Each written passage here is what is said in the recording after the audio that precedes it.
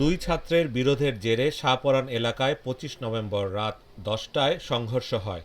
এতে বিলাল আহমেদ মুন্সি মারা যান। বাহুবল এলাকার জহুরুল ইসলামের ছেলে বিলাল পেশায় রং মিস্ত্রি ছিলেন। তিনি স্থানীয় যুবদলের কর্মীও ছিলেন। সন্ধ্যার থেকে প্রায় ২ গ্রুপের মারামারি ছিল, ২ পক্ষের। আর আমার ভাই সারাদিন আছিল মাঠও খেলার মাঠ খেলা, আমাদের এলাকাত খেলা হইতো, খেলার মাঠের কাজ চলে। কাজ শেষ করিয়া সন্ধ্যার দিকে গেছে বাজারও।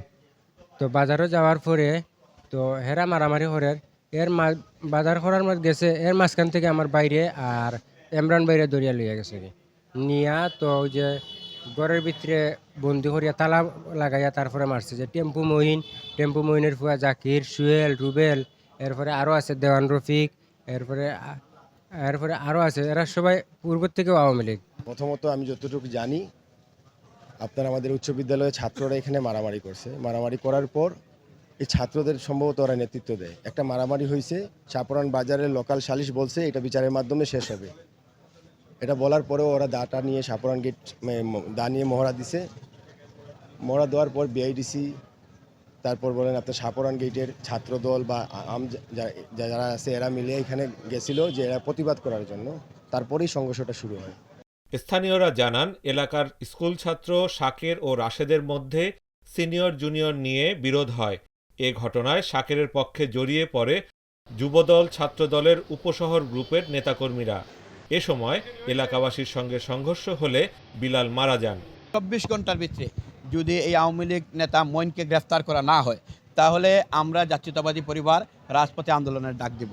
২৪ ঘন্টার মধ্যেই আমরা এই খুনিদেরকে গ্রেফতার চাই। সিলেট মহানগর পুলিশের অতিরিক্ত উপকমিশনার মোহাম্মদ সাইফুল ইসলাম জানান, কয়েকদিন থেকে ওই এলাকায় দুই ছাত্রের বিরোধ ঘিরে উত্তেজনা চলছিল। এ নিয়ে ২৫ নভেম্বর সন্ধ্যায় সালিশ বসলেও সমাধান হয়নি। সালিশের পর আবারও দুপক্ষ সংঘর্ষে জড়ায়। এতে গুরুতর আহত হন বিলাল। পরে তাকে ওসমানী মেডিকেল কলেজ হাসপাতালে নিয়ে এলে কর্তব্যরত চিকিৎসক মৃত ঘোষণা করেন। তবে যুবদল নেতাদের অভিযোগ, ঘটনার সঙ্গে জড়িত আওয়ামী লীগ। অত্যন্ত মর্মান্তিক ঘটনা, এবং এই যে আওয়ামী লীগের দোসররা এই ঘটনাটা নির্মমভাবে গড়ের মধ্যে নিয়ে মধ্যযুগীয় কায়দায় হত্যা করেছে, অত্যন্ত সুপরিকল্পিতভাবে বলবো হত্যা করেছে। এই হত্যার দৃষ্টান্তমূলক শাস্তি আমরা দাবি করি, এবং আমি আগেই বলেছি প্রশাসন সেখানে ছিল ঘটনাকালীন সময়।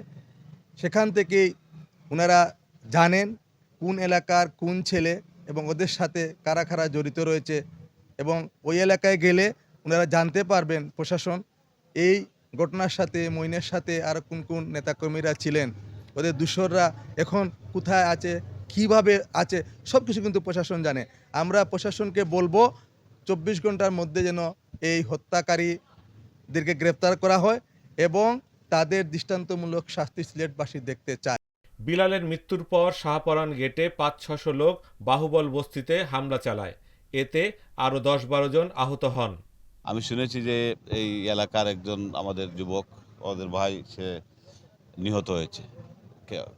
কে বা কারা তাকে মেরেছে এবং তাকে হত্যা করা হয়েছে।